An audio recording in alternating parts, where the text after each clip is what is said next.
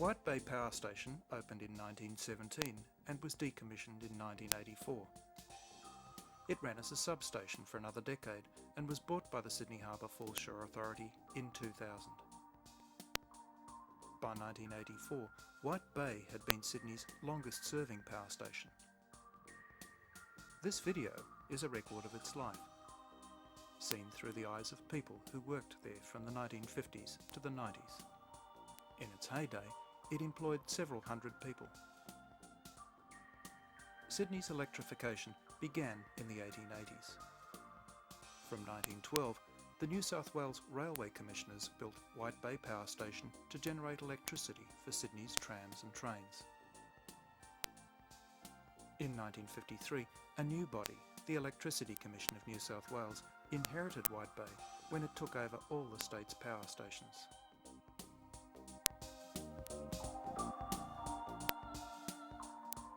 In October 2002, 7 former White Bay Power Station workers toured the site.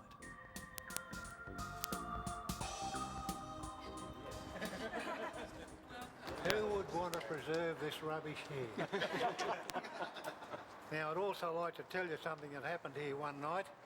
This is where they used to unload the trains of coal. They'd back them in down that railway track, and the men used to go in with big bars and knock the door open underneath, and the coal used to flow straight down into the works below.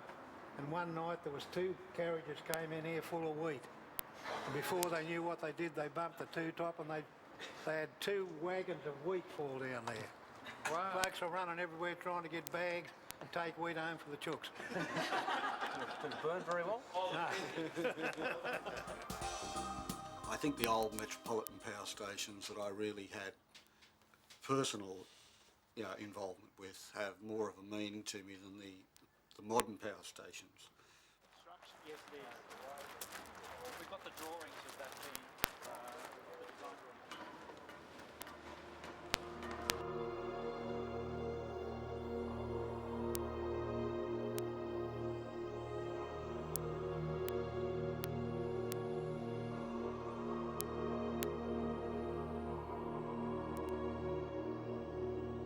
Was this operational very much? Because in the 80s, really, this was a standby unit, wasn't it? It was. We were drafted in. A lot of people came back when we refired it because of the power shortages in the Hunter Valley. That was it. And it was only about a year. Yeah. When they had the rotor problems, stator problems at Liddell, they reactivated here in Pyrmont Power Station, took a lot more new people into the station.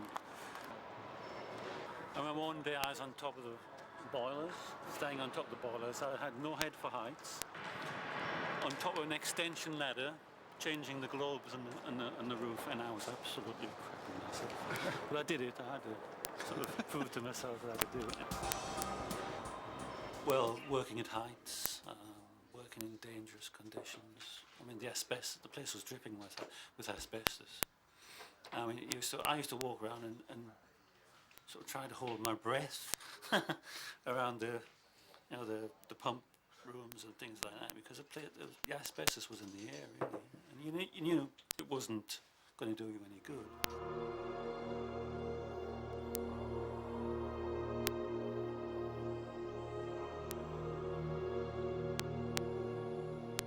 I remember one of the supervisors here, incredible, Ernie Hooper. And he used to fascinate me back in the early days. He'd walk up to a piece of high voltage switchgear prior to the staff starting work, and he'd walk up and he'd put his hands on the switchgear and he'd say, "Okay, fellas, it's safe to start work."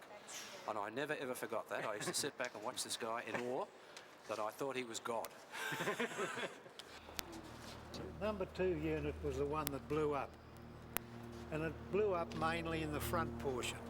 The high pressure steam comes in this end and goes through, and as it goes through it gets lower and lower in pressure. But this front part was quite badly damaged, and it had blown pieces off the casing, and they'd gone up through the roof and out into the roadway. And that's where I went, had a look around and picked up the pieces and just brought them back and dropped them here on the thing.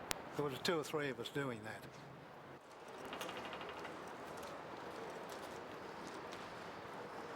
Nothing was done before 8:30. You started at 7 o'clock, and you'd come and have a cup of tea, breakfast, you'd have a walk out to whatever job was to be done, and have a look, and then come back and have morning tea.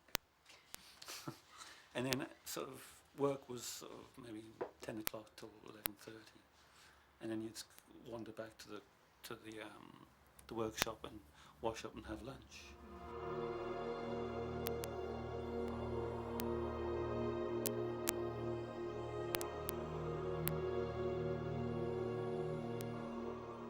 This was the main entrance, Right. So this was really the public entrance. the public entrance. Okay. Yeah. These guys that worked out there would have taken a lot of pride in their work. Yeah.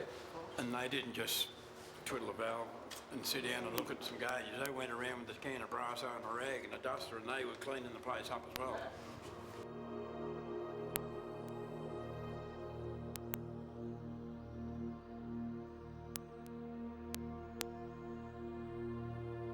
But the noise, the heat. I'd be doing jobs working next to a boiler where it would be 70 or 75 degrees, and you just couldn't stay there for more than 5 minutes with it. The perspiration would be running down your body.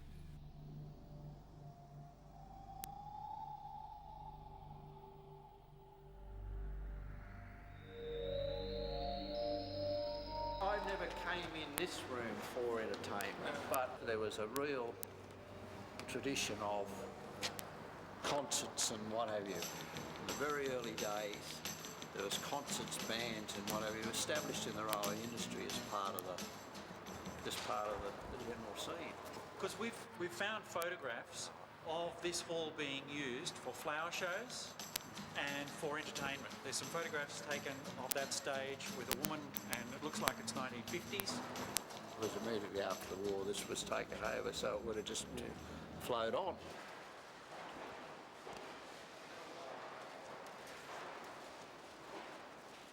In the old days, it would have been flying the place by the seat of your pants. You get a feel, you get it attuned to all the noises. Yeah. Whereas in a modern power station, you're in a soundproof control room. You're fully dependent on your alarm systems and metering, and it's a different feel altogether.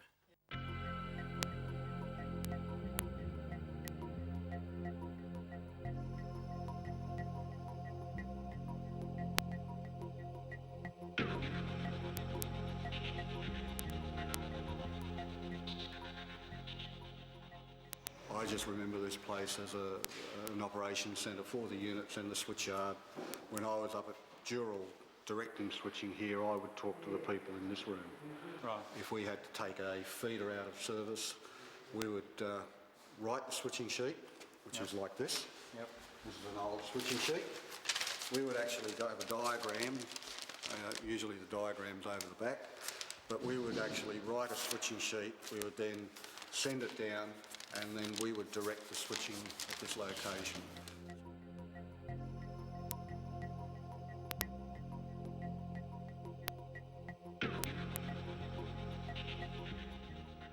I'd love to have another week or 2 weeks just to stroll around and look at stuff. That's how it's got me. Yeah. For me, it'd be a real shame for it to all be taken away. Probably up on the next level, you might see, because there's a whole lot of very complex interconnected cubicles and chambers.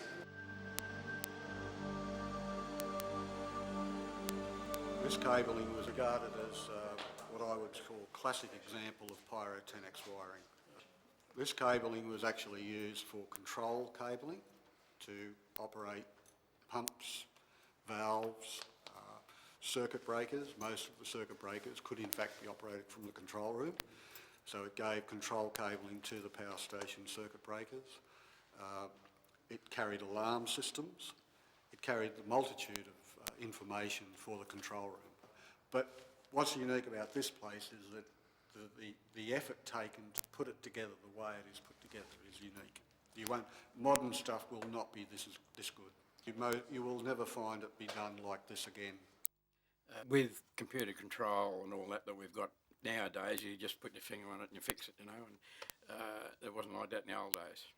You had to either go and physically fix something yourself or get some assistance from somebody and go and nut it out and fix it, and it was all muscle and brawn in those days.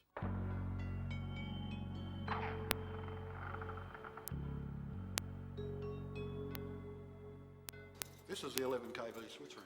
The original supply out of here was to the local railway initially, and they achieved that through their 11 kV system.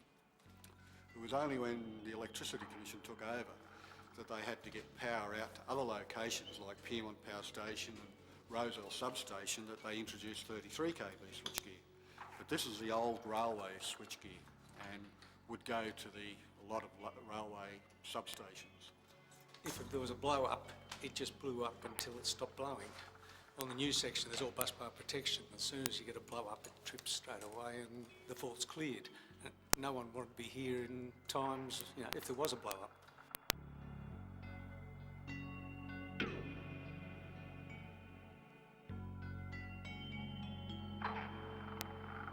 The equipment and the technology is typical of the era. And if you look at what happens now with a lot of equipment that's only a little bit old, it gets thrown out. And the end result is that in 20, 30, 40 years' time, there is absolutely nothing as an example of that down the track.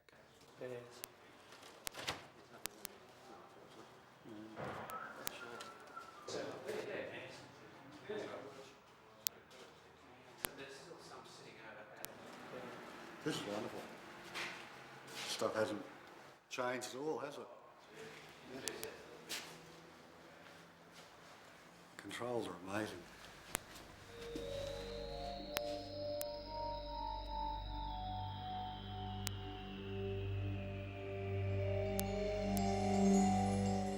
Well, what is it? It's a heap of junk. What's the good of that? What's the good of those holes there? Knock it all down. Put something decent here, a park or something. It is part of the history of Sydney, really. It's a huge part of the history of Sydney. You can't just get rid of it. This kept your electric trains going. Because it's recent history, in the 50s and down back to the 20s.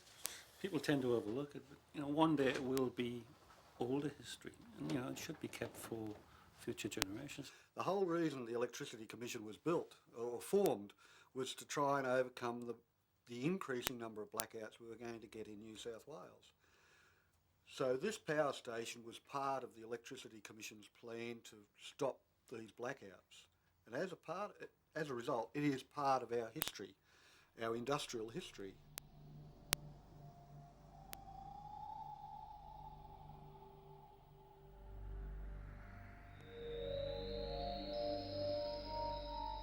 The long-term future of the White Bay Power Station is now being assessed. At present, the site is being used as a film and TV location and for occasional functions. The site will not be used for housing. A conservation management plan will establish why the station is significant and how it should be reused. Under the plan, old technology will be interpreted as part of the adaptive reuse.